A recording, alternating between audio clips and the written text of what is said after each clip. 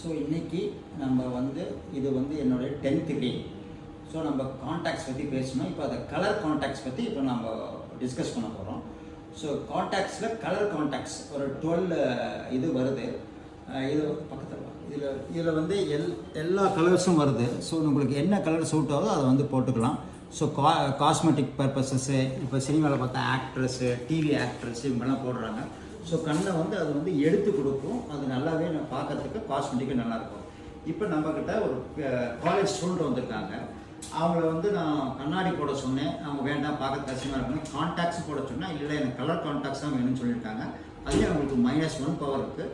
இப்போ வந்து அவங்களுக்கு அக்வா சாஃப்ட் அப்படிங்கிற ஒரு ப்ளூ கலர் கான்டாக்ட் லென்ஸ் அவங்க போட்டிருக்காங்க. அங்கே பக்கத்தில் பார்க்கலாம் எப்படி இருக்குன்ட்டு.